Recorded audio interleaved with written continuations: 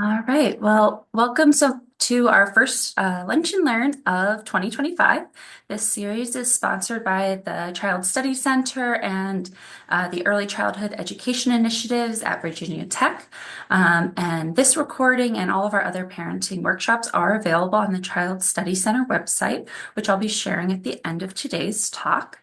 My name is Dr. Rosanna Breaux, and I'm an assistant professor of psychology, a licensed clinical psychologist, and the director of the Child Study Center. Unfortunately, Jasmine Lewis cannot be here with us today due to a family emergency, but I did want to acknowledge her and thank her as she helped with preparing the materials that I will be presenting today. I also want to note that since we're focusing in today's talk on exposure to traumatic events through social media, we're going to be focusing mostly on school-age children and adolescents, though we do share some resources at the end that give some insight into how to address topics related to traumatic events with toddlers and preschool-age children who may be exposed to traumatic events directly or through the news or through hearing about things from siblings, parents, or others, particularly with various current events or things that might be going on.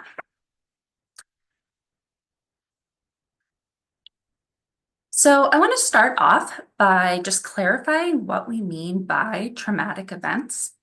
Traumatic events involve exposure to actual or threatened harm, or situations where there might be fear of death or serious injury occurring. In general, traumatic events are uncommon and relatively extreme events, although it's important to note that about two-thirds of all US children will experience at least one potentially traumatic event before the age of 16. Examples of traumatic events might include things like physical or sexual abuse, being in a serious natural disaster, exposure to school shootings, war, terrorism. And I want to contrast these with stressful events, which are things that are less severe, but still distressing events. And stressful events can be ongoing events, or they can be things that maybe only happen one time, such as transitioning to school for the first time for a child or moving to a new location or new school. And so today, what we're focusing on is really more these traumatic, more severe events, and particularly those that involve exposure through social media or the news, rather than traumatic events that someone might experience firsthand, like physical or sexual abuse.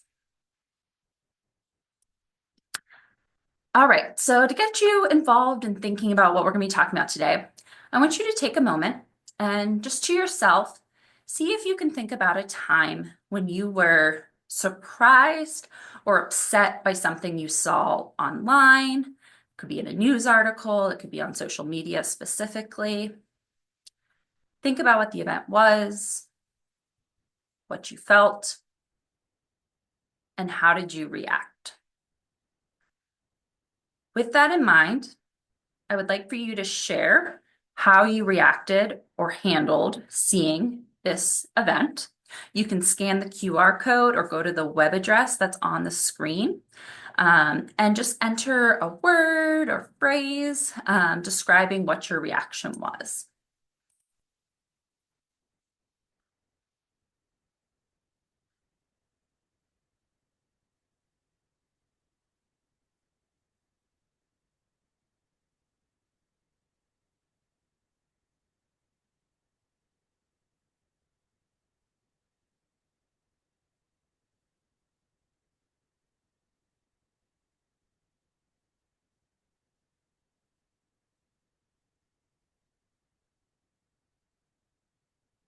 You can see on the screen now people's reactions coming up. A lot of worry, a lot of anxiety, fear, exhaustion, disgust, feeling disturbed, feeling mad or on high alert.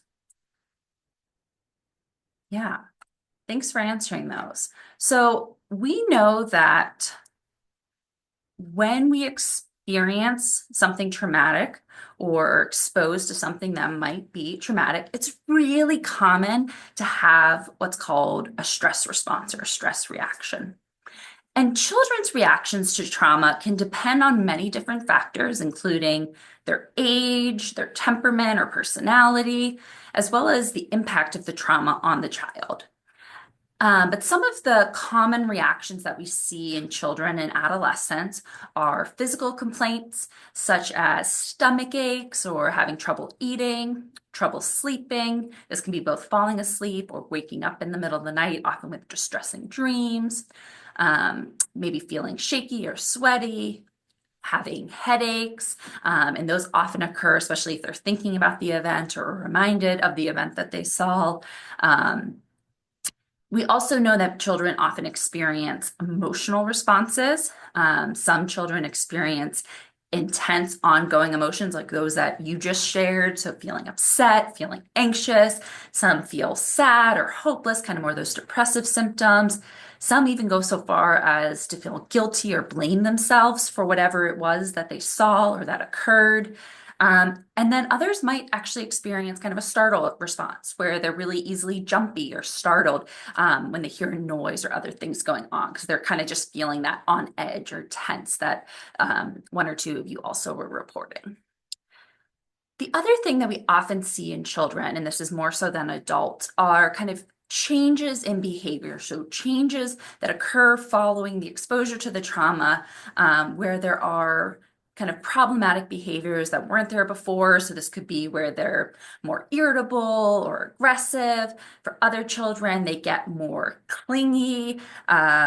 Or might regress to kind of earlier behaviors with like some thumb sucking or needing a lot of reassurance or hugs. It's really common, particularly in older children, adolescents, to kind of see a withdrawal from activities that they typically enjoy. They might refuse to go to certain situations or go to school if there's things that might remind them of it, like if they just saw a school shooting, maybe they're now scared or don't want to go to their own school. And so you're seeing refusal or anxiety about going to school. And for other children, it might be in smaller behavioral changes that are harder to notice. Like maybe it's harder for them to concentrate or pay attention at school, or they're not hearing things that you say to them because their mind is often thinking about or worrying about things related to the traumatic thing that they saw. And so, just to kind of start off on why we're focusing on exposure to traumatic events via social media or the news, um, really, as everybody is probably aware, um, the presence of social media in children and adolescents' lives as well as adults' lives, obviously, just keeps increasing. And particularly, what we know is that children are starting to use both the internet and social media at younger and younger ages. And oftentimes, their interactions with online activity and social media can go unsupervised. And I want to be very clear in starting off that social media is a powerful tool. It's critical for today's interactions. It's used in education, in addition to important communication and entertainment purposes. And so there are many benefits, like staying connected with friends, family, finding community, which is particularly true for adolescents who might have marginalized identities. And of course, it's a way to help raise awareness about important societal issues or to access news and current events that might be going on. So clearly, there are benefits to it. And I'm not here to say, like, don't put your children on social media by any means or what's involved. But we're going to talk through some practical strategies and tips and ways to help make social media perhaps less risky because we know that there are a lot of negative things and risks that can occur on social media. Some, and I want to be clear, I'm not going to be spending a lot of time really focusing on things like bullying or cyberbullying, where peers or sometimes even friends are using social media to attack or exclude or harass children. Instead, we're going to be focusing today more on kind of when children are stumbling upon either sexual or violent content that you might not want them exposed to, or kind of being exposed to harmful ideologies such as hate speech, conspiracy theories, misinformation that's rampantly out there. This could also be exposure to footage from natural disasters, war, violence, all of the many things going on globally as well as nationally right now. And we know that many children, even some adolescents, are just not psychologically prepared to handle what they might be exposed to and encounter on social media. And the reason for this is that, this exposure often happens accidentally because of pop-ups that occur online or in social media, or, you might be able to monitor and control who your child follows, but their friends might share something or post something that you wouldn't have wanted them to be exposed to necessarily. And unfortunately, also the algorithms that social media use can provide recommendations for users based off of prior interactions or based off of things that they've spent time and attention on that can then kind of become a slippery slope to where they're exposed to things that we don't want them to be exposed to. I think most exposures do happen this way, or where even if they're kind of deliberately searching for something, they're often not seeking out that traumatic content. But what can happen is that the search that they do can result in them getting something that they did not intend, or maybe they heard something and wanted to learn more about it, but weren't really aware of the extent of what was going on or what it was going to have. I always use this example that was a really powerful one for me to first learn, which is that I was at a training and they shared an example of an 8-year-old boy who, did a search for hairy butts. He wanted to send kind of a funny image to his friend, something that he thought was silly. And by searching for that image on Google, he ended up being exposed to pretty graphic pornographic material. And so innocent search, not trying to seek anything out. And that led to the exposure. And in fact, research really suggests that the average age that children first get exposed to online pornographic material is age 11. And that by the age of 15, 100% of males in one study and 80% of females in that study reported having been exposed to violent and degrading online pornography. That would be the type of content that we wouldn't necessarily want our young adolescents to be exposed to. And so, I want to just acknowledge that because of the sheer volume and unpredictability of online content, it is very challenging as a parent to monitor and shield your children completely. And so that's why today's talk, we really wanted to focus on kind of this idea of parents and caregivers acting as first responders and being able to play this critical role in helping kids process what they do see and are exposed to online. Because even the most well-intentioned parent who does monitor or put restrictions on their child's social media, online internet use might still experience something we don't want them to see.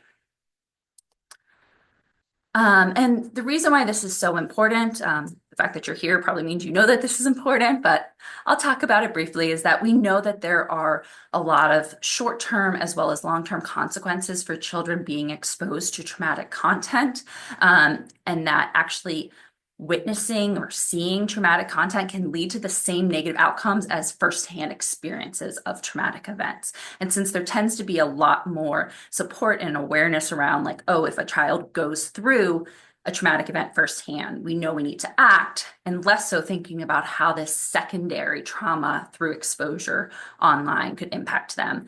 We thought that this was an important topic to discuss and just kind of make people aware of.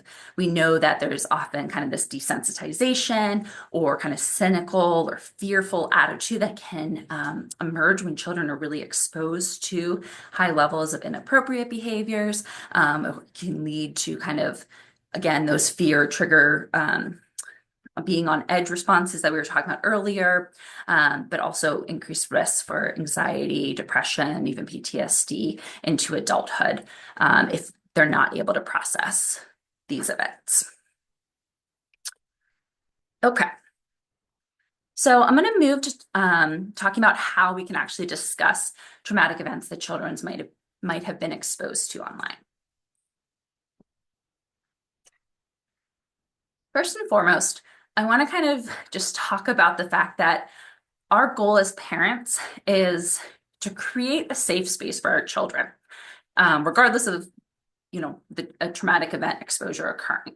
We want them to feel like they can be open to with us and talk to us about anything that they might be afraid of. And so yes, this can look different for each family or even within a family. Different caregivers might play different roles with this. Within my own family, we currently do this as part of our bedtime routine. And typically, my husband and I will each check in with one of our daughters. We'll talk about things with, highs and lows for the day, or, if we know something that happened where there's either problematic behavior or if they seem to be scared or worried about something, we kind of will give open-ended prompting questions to talk about it. And we typically do it while kind of cuddling on the couch at the end of the day and calm, and just to really be able to validate and then also provide reassurances and thinking about bedtime and the next day. And I want to recognize, having that uninterrupted time cannot necessarily happen every day. And especially if you have many children or work evenings, whatever it is. But the goal here, or what I'm trying to communicate, is that the more we're able to proactively provide that uninterrupted time where we can listen and validate our children's feelings and experiences, that's going to help build trust, help build emotional well-being and skills, and help make it more likely that they're going to be open and come to you when they do experience something big or something traumatic does happen. And so I just want to kind of talk about that proactively, creating that safe space and thinking about how we respond and not kind of minimizing our children's reactions to things on day-to-day life can really help when there is something big and traumatic that does occur. A tip for this is kind of, if you have a hard time finding that regular uninterrupted time every day, is kind of looking for those openings. Maybe, this is when you're quickly driving one of your children one-on-one to an extracurricular activity, just doing those check-ins. Because again, this is going to help lay that groundwork for having these talks when they are exposed to distressing or traumatic content. When you know that a traumatic event has occurred or that they've been exposed to something that it seems problematic about, sometimes we discover this by, if you're looking at the content or what they were on, or look at their history in their browser, you might stumble upon that they got to a site that you're not super thrilled about, or you see something that a friend maybe texted them. So it's really important before you go in to have that conversation. I always kind of talk about this as do yourself your own pep talk of like, okay, this might be a hard conversation for you to have. So think about, what do you want to say? What language might you want to use? And in thinking through that, obviously you want to tailor your language and your explanation to your child's maturity and cognitive ability. This might also be based off of your own values around what things you want your children to be exposed to or the level of detail you want to go into. But this is going to help them in terms of better understanding what they saw and hopefully not be scared of this.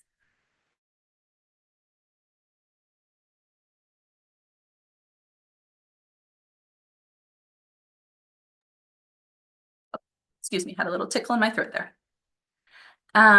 So with that in mind, when we're having the actual talk, it can be really helpful to start with open-ended questions to encourage your child to kind of share and talk about what they've seen, rather than kind of going in and kind of being accusatory of like, oh, I saw that you saw this, or I saw your friend sent this. And the reason for that is it can allow you to get a sense of how your child views the situation, if there are things that are confusing or troubling for them, or it could be that they're not even affected by it. And so we don't want to jump to the conclusion that they're going to have a strong reaction to it. And having this talk, we don't want to be jumping into lecturing or going too long into like your reaction to it.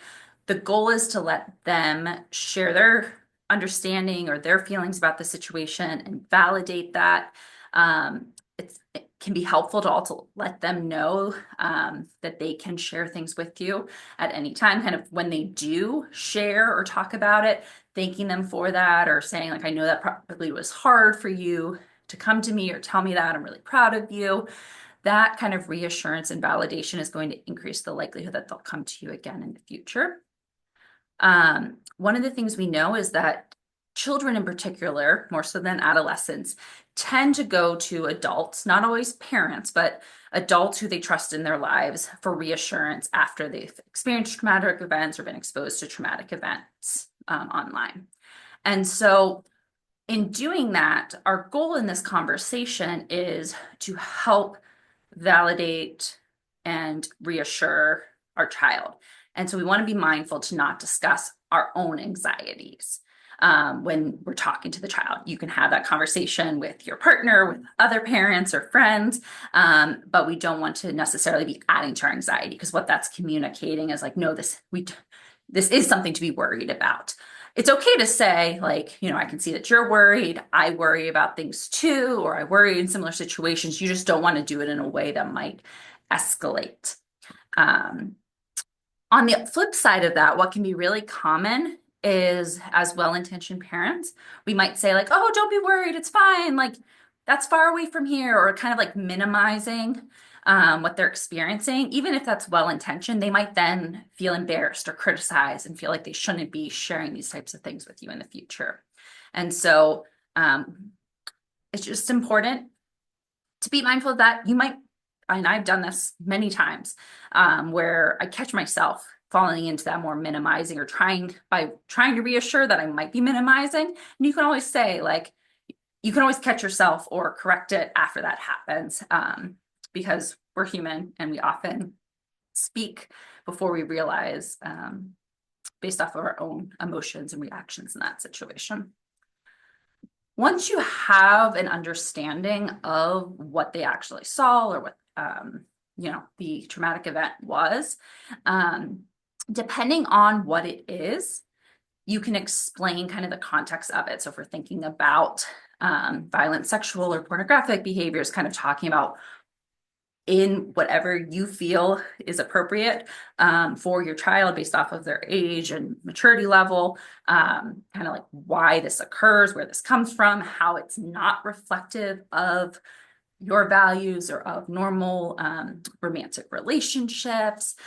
If it's related to school shootings, kind of same thing, or traumatic events like the fires going on in California right now, helping them kind of understand why this is occurring, providing that reassurance of their safety if that is true. You don't want to give false safety if there is kind of an ongoing threat, or if there is the risk of it there. With school shootings, being able to talk about things like your school is prepared for it. Do you remember the drills that you did? Or same thing with natural disasters, kind of emphasizing the safety that they have, what systems are in place, the support that you're providing. So letting them know that they can always come to you with questions if they're worried about something, or if they've seen something that's making them uncertain or anxious, because that's providing that in. And again, thanking them or communicating that you're proud of them when they do share these things can really help provide that foundation. That said, what can happen, especially with adolescents, is that we know sometimes they're going to peers or older siblings, which can make this really hard, or that they're not wanting to kind of have that conversation with you. And so it's really typical, or at least not uncommon, for teens to say things like they don't want to talk, or you're overreacting, or you're so uncool, and so sometimes bringing up these conversations while you're doing something else can help make it feel less intense or less confrontational. Or if you know what the actual thing they've been exposed to because you were checking on their social media, you can talk about, oh, I saw this thing in the news today, or I saw this thing online today. Have any of your friends, or has anything been going on at school related to that? And see if that's an in, rather than making it about the exposure specifically happens. Or similarly, even if you don't know if there's been an exposure, I'll use the fires going on in California right now. You could say things like, I know there's been a lot of talk or a lot of things online and in the news about that. Do you have any concerns about your safety or about the fires going on? And so kind of opening up those lines of communication and letting them know. And maybe they're not worried about the fires at all, but maybe there was something else that was going on. And so by opening that line of communication or expressing, how you're feeling about it, can be helpful with that. The other thing I want to make sure I touch on related to this is that it is totally okay to answer by saying, like, I don't know. If they ask you a question that you're not really sure, right? We don't want to be feeling like we need to do everything, or that we're feeling all of or knowing all the answers. And so you can say, like, I can look into that, or I can ask your teacher to see what the plan is at school if it's something about that. And so I say this from I don't want I don't want you to leave today's talk feeling like you need to know exactly the right thing to say or all the answers. There is no answer in many of these situations that's going to make everything okay. If we think about things that are going on politically right now, sometimes there aren't answers. And so more this reassurance around a lot of times there is uncertainty, and that can be anxiety provoking. So I like to focus on what I can control in those moments. So that helps me feel less anxious. And so giving them some of those strategies, and we'll talk about some of those strategies in a moment, that can be helpful when we're feeling like we don't have control or there is a lot of things to worry about in life. Related to that, when we think about the advice that's given to us as adults, I always think about doom scrolling, right? So if you're going on your own social media or looking at the news and you're feeling overwhelmed or you're feeling anxious, hopeless, whatever it might be related to that online content, we know that it's important to provide breaks for ourselves when we start to feel overwhelmed or limit our use proactively. And so being able to have those conversations, particularly with adolescents, just kind of being honest about it, like there's a lot going on right now. It can feel really overwhelming. Here's what I do, or like maybe we need to be thinking about some more positive care that we can do. What do you think might help? And kind of talking to them collaboratively about how they can be proactively using these coping strategies to limit how much exposure they're having to these stressful as well as traumatic events that they might be seeing online right now. With that in mind, after exposure to trauma has occurred, or again, you can do this proactively to kind of prevent or limit social media exposure to potentially traumatic event. There are ways to limit what content they're able to access or length of time. So for younger kids, like with Fire tablets or Apple tablets, you can actually set the amount of time per day that they're allowed to use, and then it puts up the screen kind of saying that time's been used for the day. So for younger kids, you can clearly set those limits where it doesn't allow them to access it anymore. But for older adolescents, and I'll share some different apps on the next slide, there are ways to kind of help be able to monitor and set some restrictions on specific sites or specific things you might not want them to have exposure to. And when we're thinking about this, really, we know that there are going to be traumatic, bad things that occur, but we want to be communicating a message of that we want to proactively use coping strategies. These are things that hopefully, and most of the time, are temporary or are uncommon, and this is going to help kind of communicate this hope and resiliency so that they can recover quickly when they do experience or see traumatic content. So these are some of those parental control apps that I was alluding to that can limit the content and or time children and adolescents are spending on social media. These apps enable you as a parent to be able to filter, block, or monitor which websites and apps your child might be using. There's also ways to kind of set screen time limits or track specific internet usage. Some of these also have like alerts for cyberbullying or provide location monitoring to be able to verify your child's location or get alerts if they enter or leave kind of specific set addresses like school or something like that. So I have 3 common ones on here: Aura, Bark, and Custodio. And so they each have kind of some strengths and weaknesses. Most have some costs associated with them to be able to access the full menu of things. But if this is not something you want to do, or is not something that is feasible or affordable for you to do, some other more basic strategies, things like not allowing your child to take their phone into their bedroom at night, or not having a tablet or computer in their room, can really help limit problematic use, but also kind of that unmonitored or unsupervised use where there's more likely to be this risk for exposure to potentially traumatic content online. Okay, so before sharing some resources and opening it up for questions, I do just want to touch on some tips for promoting resilience in children and adolescents after exposure to trauma.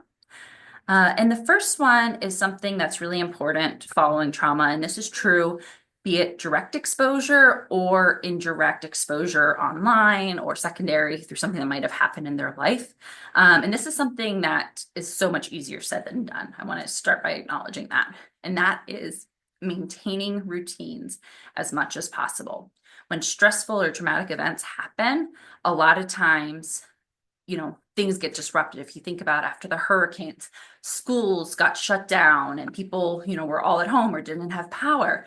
And what research suggests is that that disruption to regular routines actually can increase the likelihood of PTSD developing or the reactivity to that traumatic event. And the reason for this is that routines reassure children that they're safe and that life is going to be okay again. So as much as possible, trying to kind of keep regular meal times, bedtimes, whatever family rules might be, or whatever extracurricular activities that they engage with, really encouraging that. And in many ways, that actually can give them a sense of normalcy and also hopefully give you some time where you're able to process what was going on, if it was something you directly experienced, or if it was something that your child was exposed to, just to see, to kind of help remove them from the event and have more of that normalcy in their life. That said, we know that children cope in different ways. And so I think this might be the first time right now that I'm acknowledging, some children will be exposed to traumatic content and have zero symptoms, reactions, not really even think about it again. It kind of happened, it was there, and they are resilient and move on. What then is complicated is for children who are reacting, we know there's a range of ways that children can react or cope. And so some children might just want extra time with you or with their friends, and really want that validation and being around people they feel safe with. Whereas other children are on the other extreme and they might want to spend more time alone, and actually having that alone time is helpful for them. And that can be hard to discern whether they're just wanting alone time because that's helpful for them in coping because they're listening to music or drawing and engaging in other activities versus withdrawing in a problematic way. And so you want to be looking for constellations of changes or concerning behaviors. And I have some red flags that I'll talk about shortly. And this is true, I started off by talking about some common reactions, but we know that some children might externalize and have more of that anger or aggression that they show, whereas others tend to internalize and experience that guilt or sadness. But also there are times that children react in ways like they might feel sad, but they're not able to cry, or they feel kind of detached from their emotions. And so really there's no one reaction following a traumatic event, which can be hard to know how well your child is or is not dealing with what they experienced or saw. And so helping kind of think about the fact that traumatic events might also be ongoing things or opportunities for repeat exposure. And so, I talked about some of those baseline things to encourage while doing the talk, but letting them know maybe at the end of that or checking in periodically to allow them to continue to ask questions or try to understand as they might be processing or having changes in emotions can be really helpful. Or similarly, maybe when you ask that first time or try to open that conversation, they might not be ready to talk about it at that time, or it might not be bothering them at that time. And so letting them know that you're there and you're ready to talk to them whenever they might, if they do have questions or if they do have reactions to what happened. And this really allows them to digest the information kind of on their own schedule rather than putting it by our agenda or forcing it, because that often backfires and can lead to less ideal outcomes. Sometimes, though, children might just ask questions out of nowhere and we can kind of feel blindsided by it. And it is okay to also be reactive to that in the second of like, wow, that's a really big question. Like, mommy needs a second to think about how I want to talk to you about that. Is it okay if we come back to that later tonight? Or, I want to talk to dad first before deciding, what we want to talk about with it, or I want to have this conversation as a family. And that can buy you some of that time because we sometimes are caught blindsided or unexpected. And again, if it is something that's really important or you're not sure how much you want to discuss or talk about or share with your child, it can be helpful to talk to your partner, other caregivers to get a sense or make sure you're on the same page before you move forwards. And that can be with siblings as well. One of the things that I haven't talked a lot about today, because we're focusing on children and adolescents, but oftentimes our younger kids end up hearing or being exposed to these traumatic things through conversations you might be having with your older children. And so recognizing that some conversations might happen as a family, if they all witnessed or all saw the same thing, or you experienced the same thing, but then you might also want to have some more tailored developmental conversations with each child, one-on-one.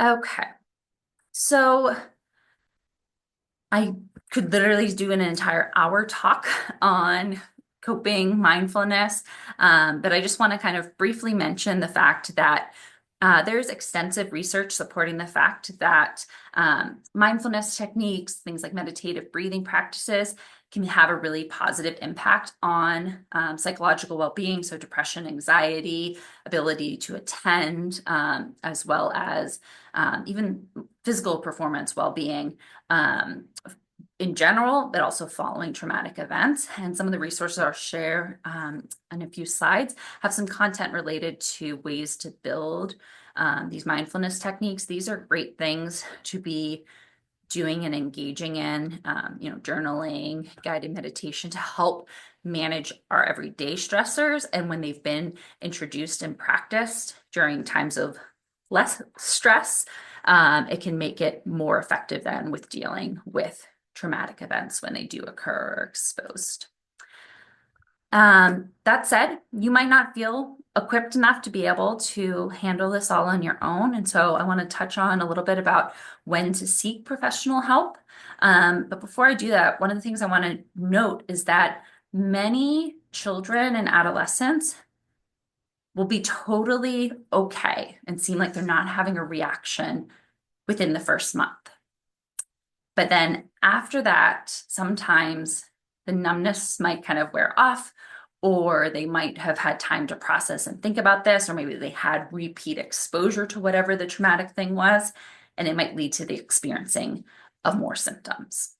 And research suggests that this is especially true for children who have witnessed serious injury or death in others, but also for people who've had previous trauma in their own lives, that they're more likely to be reactive than to trauma that they're secondarily exposed to.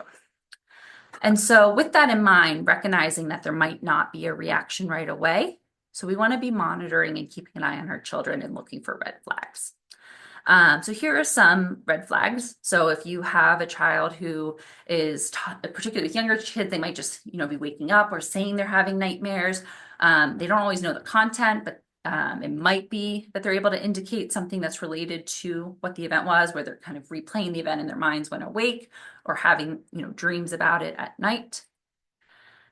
If you've noticed a shift in emotions, specifically kind of persistent irritability, anger, extreme moodiness, that's kind of more than you would expect from adolescents in general, or the onset of kind of panic anxiety attacks. These could be some indicators that it's good to talk to either your family doctor or get help from a mental health professional. Um, if anything more severe, so what we refer to as psychotic symptoms, things like hearing voices, kind of paranoia, delusions that might be going on, or if they're reporting kind of any suicidality, so concerns about wanting to harm themselves, or homicidality, concerns about wanting to harm other people related to this. Sometimes it'll be acted out in play, or sometimes you'll just hear the talk wanting to be there. This could be a really good indicator, even if you're not noticing other changes in behavior and mood, that maybe you want to consult with a professional. For some kids, particularly we see this a lot with kind of gifted children or children who are kind of thinking about the bigger picture of things. Sometimes when they have this exposure to trauma, it can lead to big concerns around like the world is unsafe or people are bad, kind of these more global generalizations that really need to be challenged and worked on. And that can often be hard to do on your own, or if, there is evidence to support this new concern that they have. Using cognitive behavioral therapy can be really effective in helping shape those, as well as acceptance-based approaches. And so those are therapy techniques that a psychologist or social worker can help with children who've been experiencing these traumatic events.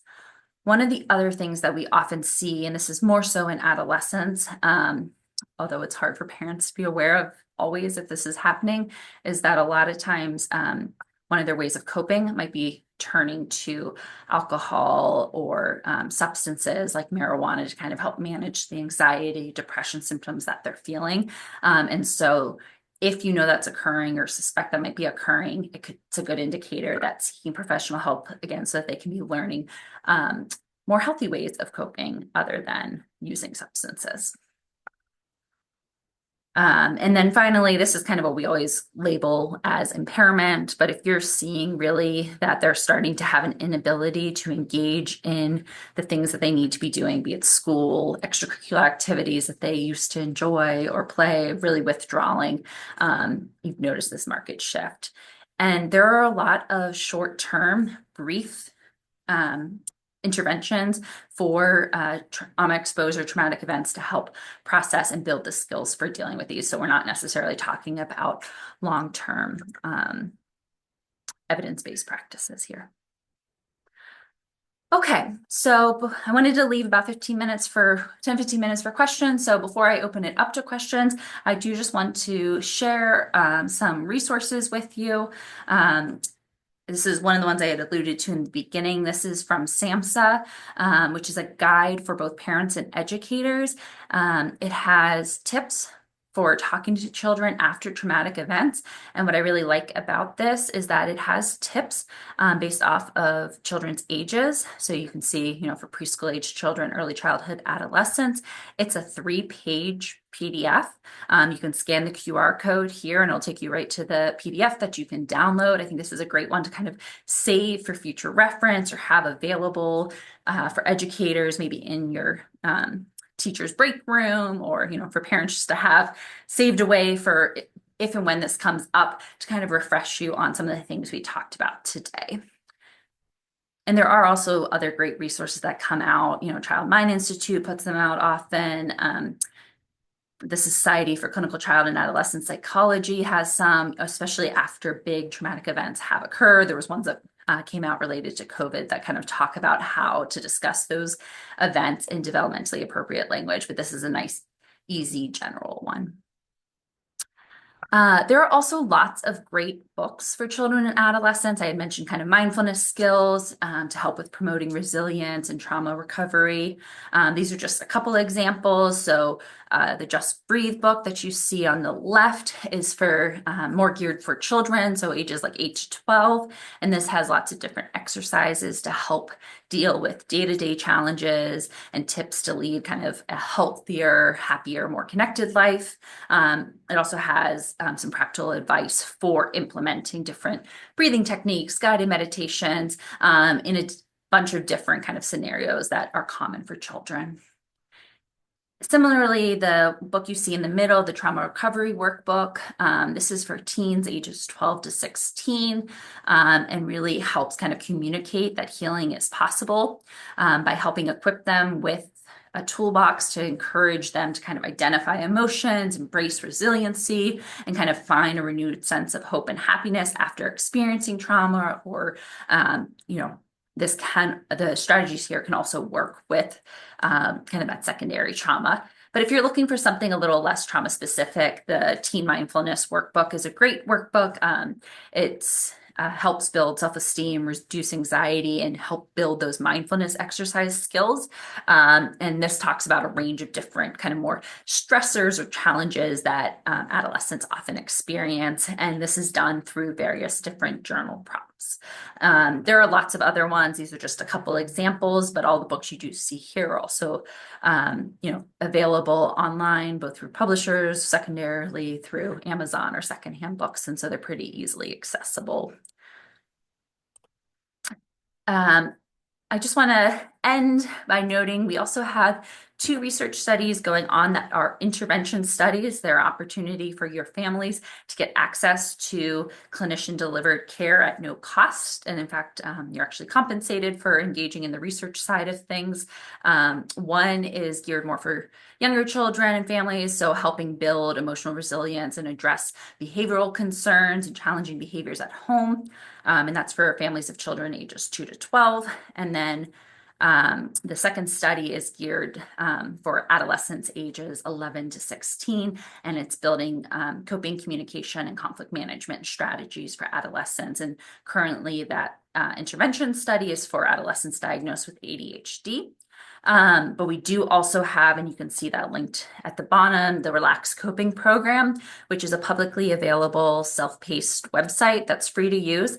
And families can access this and work on the various modules with their adolescent to build those coping communication skills and help better manage conflicts when they arise that's without the support of a clinician.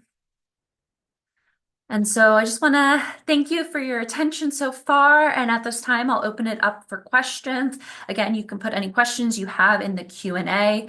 And I'll also note that the website I had mentioned is posted right here in case you weren't able to scan the QR code earlier for the resources that were available. And this is also where you'll be able to find recording for today's talk, as well as all of our other Lunch and Learn webinars that took place this year as well as last school year.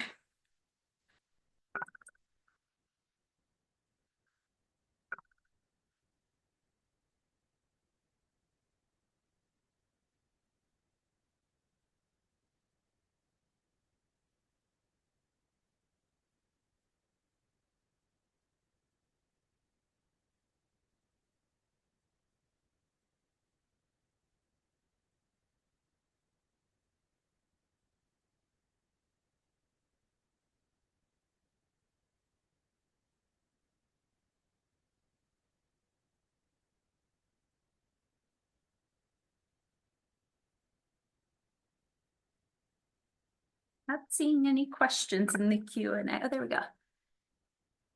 Yeah, so if you would like a copy of the slides and or the recording, so the recording we post on our YouTube page, and so if you go to the website that's on the screen right now, and I'll click on it right now to show you where the old ones are. You can click on that, it'll take you to the YouTube page, which is where they are, and then you'd be able to share those recordings with whoever you like.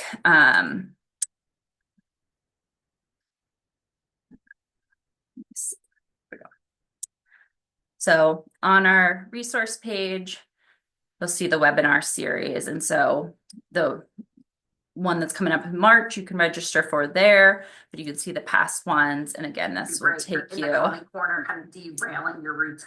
This will take you to the Child Study Center's YouTube page, and all of them are posted there. And so you can see the Lunch and Learn series and lots of videos of me. So, all right. I see another question. So, have an 11-year-old that's pretty stoic. How can you make space for him to encourage him to share more openly about his school days and other experiences? That's such a great question and a really common experience, I think, especially for um, boys who tend to be less likely to share. I think a couple of different ways. So, again, the doing it while engaging in activity can often work really well. So, if they enjoy sports or if they enjoy drawing, video games, or other things, like trying to slip that in there. Um, Sometimes it's also because there's a lack of emotional language. And so being able to help put, so especially, right at that edge of adolescence, but being able to, like, if you have some insight into what might be going on, of like, labeling what it is, talking about how you're feeling about it or similar situations, because sometimes that'll open the door for it. The other thing to think about there, and this is hard to give without knowing more about your specific son's situation, is sometimes kids don't do well with talking about it. And so some people like to draw or color, others like to journal. And so maybe exploring some different ways to be able to express and process and communicate what's going on might be helpful. Or music can be a really good way to do that for some. And so trying to find ways to connect, because not all kids are going to want to just sit and have a conversation about it.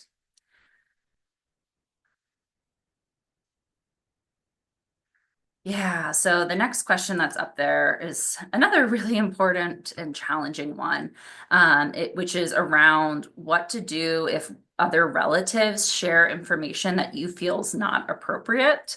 And oftentimes we can't like proactively do that. This might be cousins talking about substances, or talking about world events going on at a level of detail you don't want. Um, Afterwards, having a conversation can help, or kind of like, if you're there while it's happening, as non-abruptly as possible, kind of trying to jump in and be able to control the language can be helpful. But this is a really challenging one, and some of that might depend on who that relative is. I often hear this from families, and I've experienced this firsthand myself, like when it's your parent or grandparent, someone who maybe like you feel like you have less control over. Doing some of what we talked about today, where, say you're at a holiday event and you're driving home afterwards, being able to say, like, so I know Uncle Joe brought up something that maybe was confusing or maybe upsetting for you. If you want to talk about it, I'm happy to do so. Or, how did you feel about that? Kind of giving that in after it happened, because unfortunately we can't control. And I would say that's not even just true of relatives. This happens with peers, because other families might have different things they're comfortable exposing their children to than you are. And so being able to be honest and just say, like, we as your parents have tried to make these decisions around what we think is best for your safety. Everybody has different things around that. And so we're not trying to shelter you or keep you, in the dark. But if you do ever hear something or exposed to things that are concerning to you, or that you feel like you should have known about, like, we want to talk about that. And our goal is to help you be able to process and also get exposure to more things. And so, again, I'm talking in very vague terms, because without knowing a specific example, it's hard. But I think my summation there is that oftentimes you're having to have those processing conversations afterwards with your child. And then depending on the situation, if it's a friend that said something, maybe you can talk to that friend's parent, although that can lead to social problems. Or maybe give your child, or if it's an adolescent, language to kind of say, like, process through like what things they might say if someone's talking about something that makes them uncomfortable, that they don't feel is appropriate. So it might be that they just walk away in those situations. It might be that they say, like, I don't really want to talk about this right now. It's upsetting me. Or giving them some language for things that they can say or do should they be in a similar situation in the future.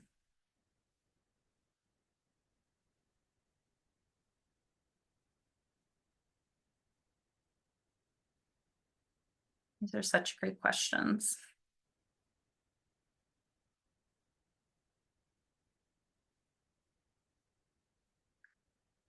Say I am happy to hang on for another 5 minutes. I see a couple people have already jumped off. Um, you're welcome to leave if you feel good at this point, but I'm also will hang on if there are any lingering questions people have.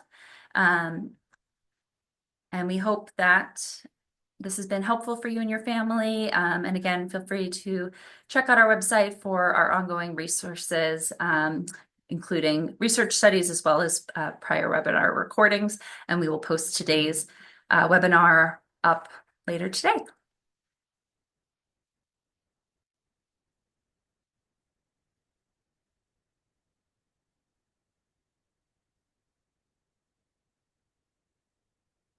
Thank you for being here.